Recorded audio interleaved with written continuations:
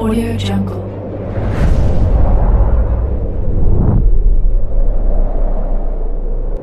Yo, balik lagi bersama Mimin di Manhua TV. Kali ini kita akan lanjutkan pembahasan dari cerita Riches Can Buy Royalty. Sebelum lanjut, Mimin ucapkan terima kasih kepada Res yang telah memberi Mimin uang kopi. Semoga rezekinya semakin lancar, amin. Mimin infokan kembali bagi teman-teman yang ingin menonton video terbaru lebih cepat, silahkan bergabung menjadi member di channel ini dengan biaya 5.000 per bulannya. Jika tidak, teman-teman bisa bersabar lebih dulu selama 2-3 hari untuk menonton video tersebut. Tanpa berlama-lama, yuk kita masuk ke disclaimer dulu.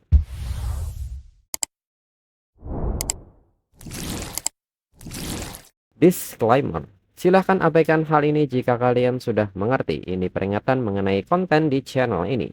Video ini berisi alur cerita komik yang mempermudah bagi teman-teman untuk mengetahui isi ceritanya dan memahami alur ceritanya. Jika ada kesamaan tokoh, tempat, maupun isu yang sedang hangat, itu benar-benar tidak disengaja. Dan peringatan bagi teman-teman untuk tidak mencontoh atau meniru perkataan maupun perbuatan yang tidak baik yang ada di video ini, karena cerita ini hanyalah fiktif belaka.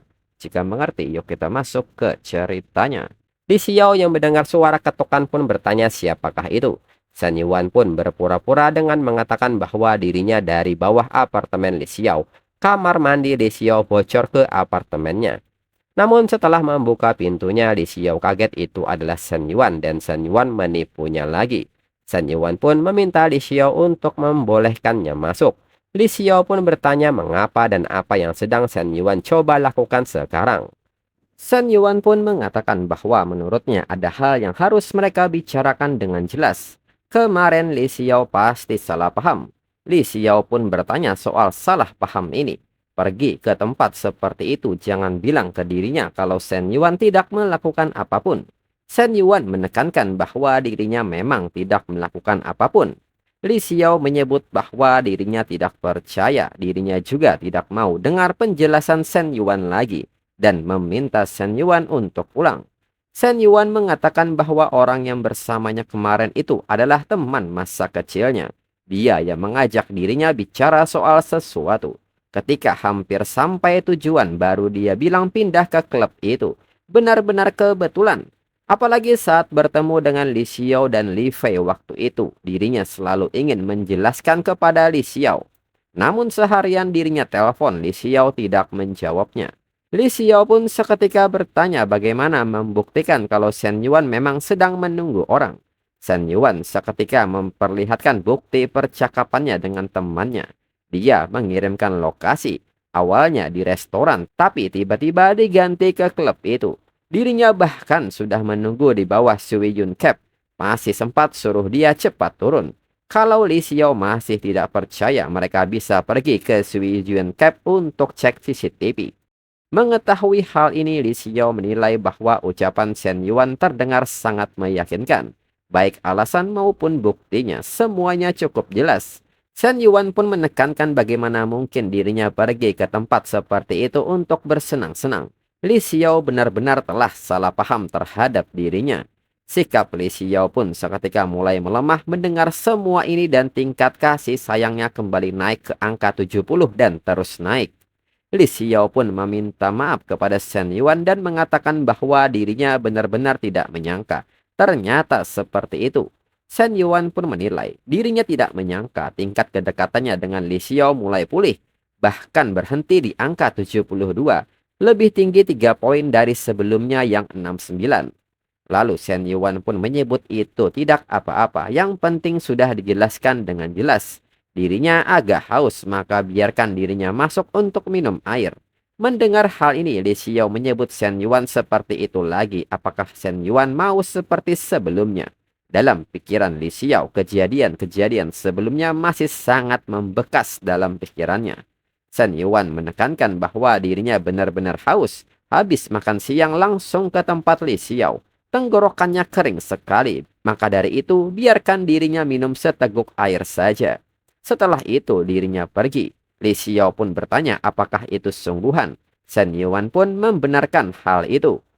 Li Xiao pun mengerti dan meminta Shen Yuan untuk menunggu lebih dulu dan seketika Li Xiao menutup pintunya. Lalu tak berselang lama Li Xiao kembali membukakan pintu serta membawakan sebotol air. Shen Yuan yang melihat hal ini menilai mengapa Li Xiao seperti menghadapi seorang penjahat. Sedikit pun tidak ada rasa percaya apakah di mata Li Xiao citra dirinya sudah seperti ini. Dan setelahnya Li Xiao kembali menutup pintunya.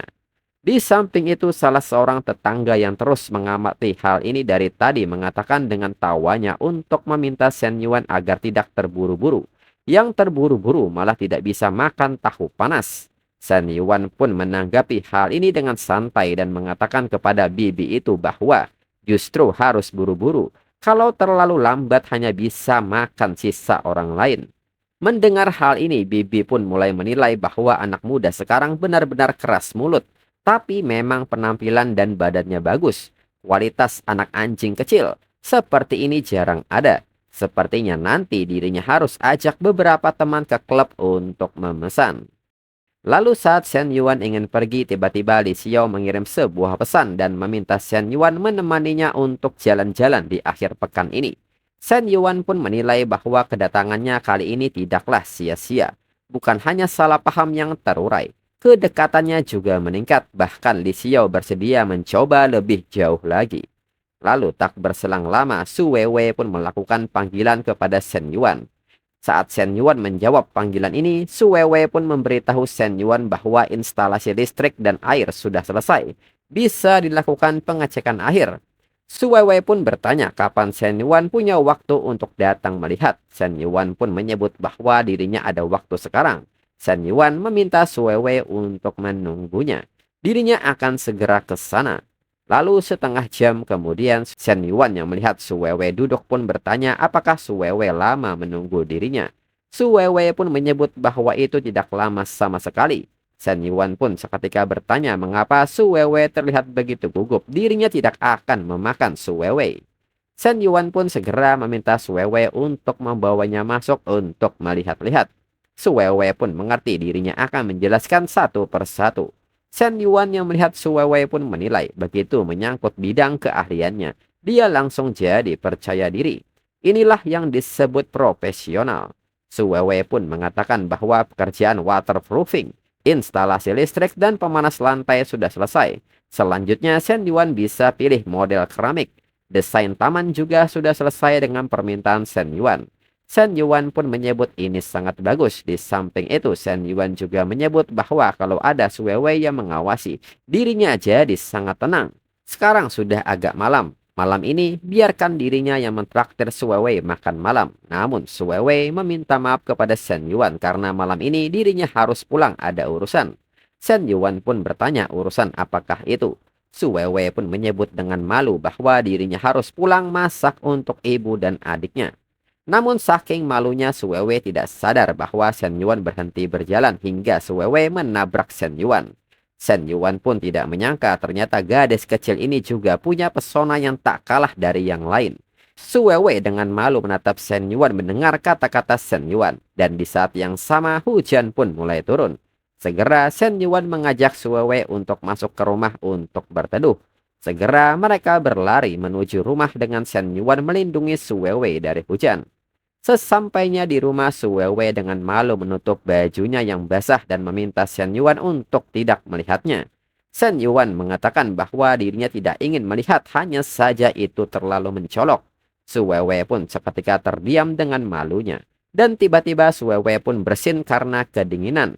Dengan sigap Shen Yuan seketika memeluk Su Weiwei dan mengatakan bahwa dengan ini seharusnya tidak dingin lagi.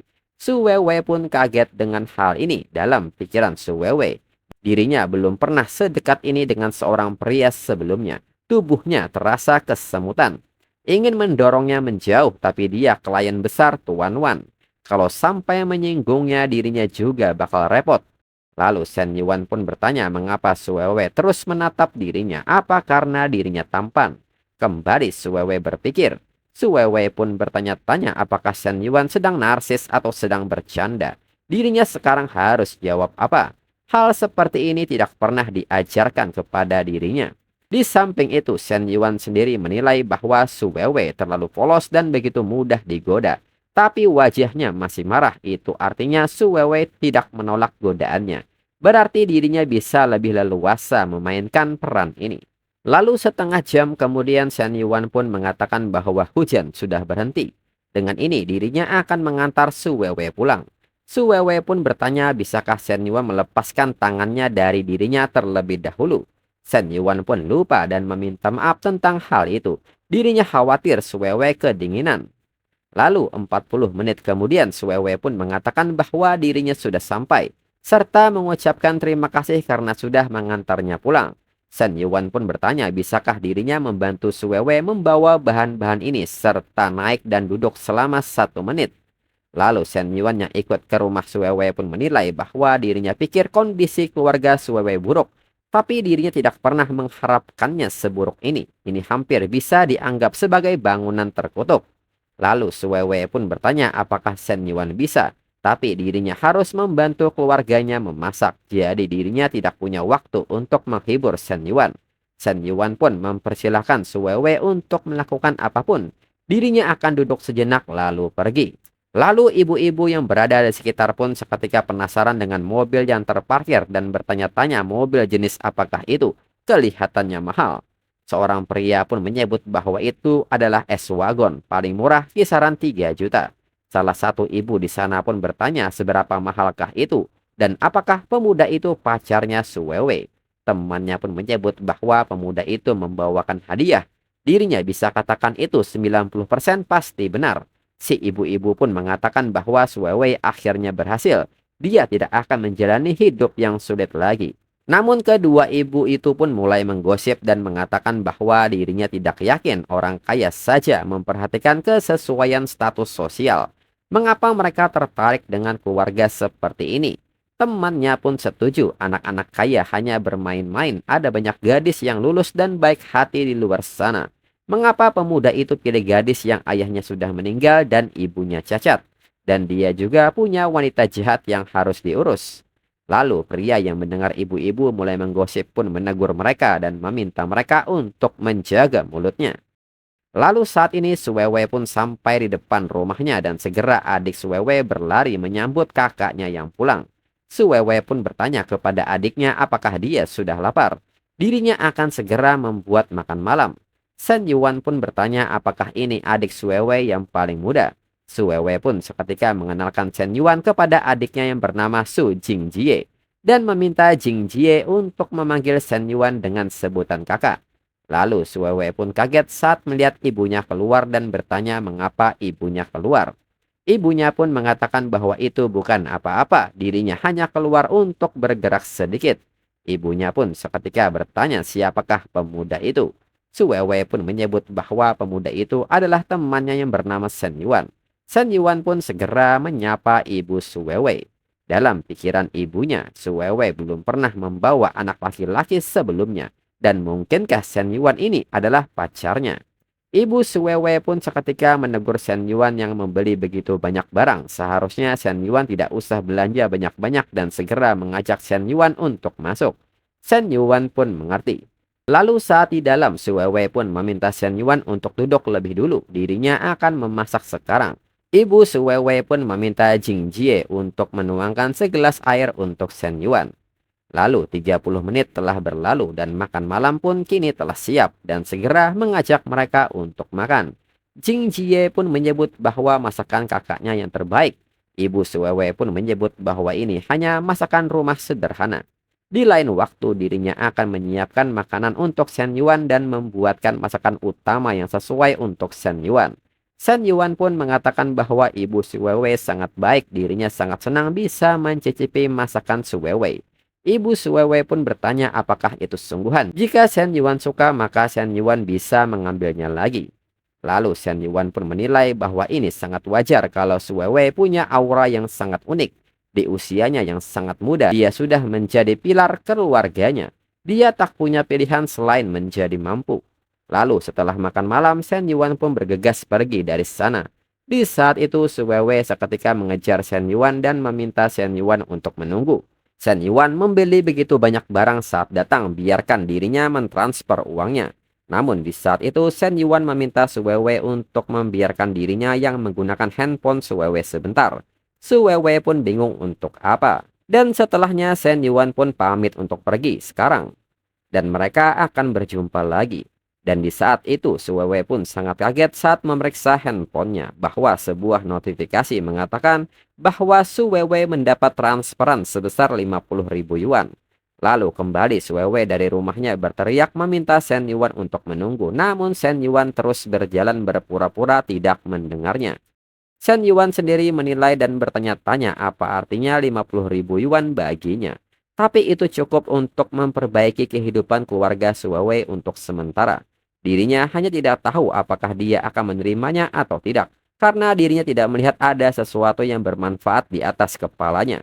Jika demikian, jika dia tidak ingin mereka akan menghubunginya.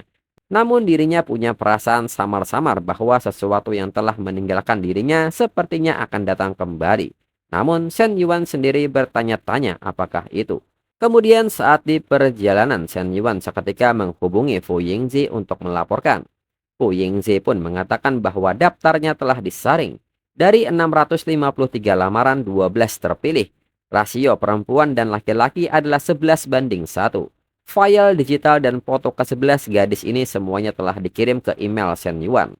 Shen Yuan pun memuji kinerja bagus Fu Yingzi dan mengatakan bahwa bonus bulan ini akan dikirimkan. Fu Yingzi pun mengucapkan terima kasih dan meminta Shen Yuan untuk menghubunginya kembali jika Shen Yuan membutuhkan sesuatu. Shen Yuan pun menilai bahwa hari Jumat adalah hari ulang tahun Shen Yaude. Dirinya harus memberinya hadiah besok, lagi pula dengan dana bakti anak 30 juta. Shen Yaude dan Nonali akan mendapatkan hadiah yang sangat baik. Lalu Ming Hui, Chen Na, dan Meng Lu masing-masing 1 malam tidak lebih, tidak kurang. Seorang ahli dalam memperlakukan semua orang secara setara harus seperti ini. Kemudian kembali ke rumah Su Weiwei. Seorang ibu-ibu datang berkunjung ke rumah Su Weiwei dan bertanya kepada ibu Su Weiwei, siapakah pemuda yang baru saja datang ke rumah? Apakah dia pacar Su Weiwei? Ibu Su Weiwei pun menyebut bahwa dirinya tidak tahu. Su Weiwei belum memberitahunya. Ibu itu pun memberitahu bahwa pemuda itu tampaknya sangat kaya. Mobil yang dikendarainya harganya 2 atau 3 juta. Ibu Su Weiwei pun kaget mendengarnya dan bertanya apakah semahal itu. Ibu itu pun berbisik dan menyebut jika Su Weiwei bisa menikah dengannya, hidupnya dan Jing Jie akan lebih baik. Jadi ibu Su Weiwei harus berusaha membujuk Su Weiwei dengan baik. Ibu Su Weiwei pun menyebut bahwa masa depan Su Weiwei yang sedang mereka bicarakan, dirinya tak ingin menjadi beban baginya atau memaksanya mencari seseorang yang tidak dia sukai. Semuanya tergantung pada Su Weiwei. Ibu itu pun mengatakan bahwa dirinya tidak tahu apa yang dipikirkan Su Weiwei, tapi pemuda itu pasti tertarik padanya. Dia datang sama-sama ke rumah mereka, jadi meskipun Su Weiwei tidak menyukainya, ibu Su Weiwei tetap harus membujuknya. Lalu setelah kembali, teman ibu-ibu itu pun mengatakan bahwa mereka benar-benar bermimpi. Pemuda itu baru saja datang untuk duduk selama sebentar dan mereka sudah memikirkannya sebagai calon pasangan. Ibu itu pun mengatakan, karena pemuda itu datang sampai ke rumah itu, pasti dia punya niat seperti itu. Temannya pun mengatakan bahwa pemuda itu mungkin memiliki niat pada awalnya, tapi setelah melihat situasi di rumah, pikiran itu mungkin hilang dalam udara tipis. Di samping itu, ibu Su Weiwei pun nampak memikirkan kata-kata dari tetangganya. Lalu ibu Su Weiwei pun memanggil Su Weiwei dan mengatakan bahwa dirinya ingin bertanya sesuatu kepadanya. Su Weiwei harus mengatakan yang sebenarnya. Su Weiwei pun bertanya soal apakah itu. Ibu Su Weiwei pun bertanya pemuda yang barusan mampir tadi, apakah hubungannya dengan Su Weiwei. Su Weiwei pun mengatakan bahwa Shen Yuan adalah klien utama perusahaan mereka. Dia datang untuk memeriksa lokasi konstruksi hari ini. Hujan mulai turun dan dia memberi dirinya tumpangan pulang. Tidak ada hubungan apa-apa di antara mereka. Ibu Su Weiwei pun bertanya apakah klien ini tertarik pada Su Weiwei. Mendengar hal ini, Su Weiwei pun menilai bahwa Shen Yuan bertindak sedikit aneh hari ini. Tapi terakhir kali mereka makan malam, ada wanita cantik bersamanya. Wanita itu sepertinya pacar Shen Yuan. Su Weiwei pun seketika memberitahu ibunya bahwa dirinya tidak tahu. Ibu Su Weiwei pun bingung, Su Weiwei bahkan tidak tahu itu. Ibu Su Weiwei pun bertanya bagaimana dengan Su Weiwei sendiri. Apa pendapat Su Weiwei tentang Shen Yuan? Su Weiwei pun nampak tidak senang dengan hal ini dan bertanya apa yang sedang ibunya bicarakan. Shen Yuan hanya klien perusahaan. Ibu Suwewe pun mengerti. Suwewe sudah dengar apa yang Bibi Zhang katakan tadi. Jadi jangan dimasukkan ke hati. Ayah Suwewe sudah meninggal dan Suwewe yang menopang keluarga ini. Dirinya dan Jing Jie berhutang banyak pada Suwewe. Ibu harap Suwewe akan bahagia di masa depan. Suwewe tidak perlu memaksakan diri untuk menikah dengan keluarga kaya demi mereka. Suwewe pun mengerti dan meminta ibunya untuk tidak khawatir. Dan nyatanya Suwewe sendiri memikirkan kejadian hari ini bersama Shen Yuan dan ini membuatnya sedikit malu. Di samping itu nyatanya Shen Yuan saat ini sedang mencari keringat bersama Menglu. Hingga Menglu pun ikut bergetar dibuatnya. Dan untuk episode selanjutnya tunggu 1-2 minggu lagi untuk 2 chapter. Sekian dan terima kasih.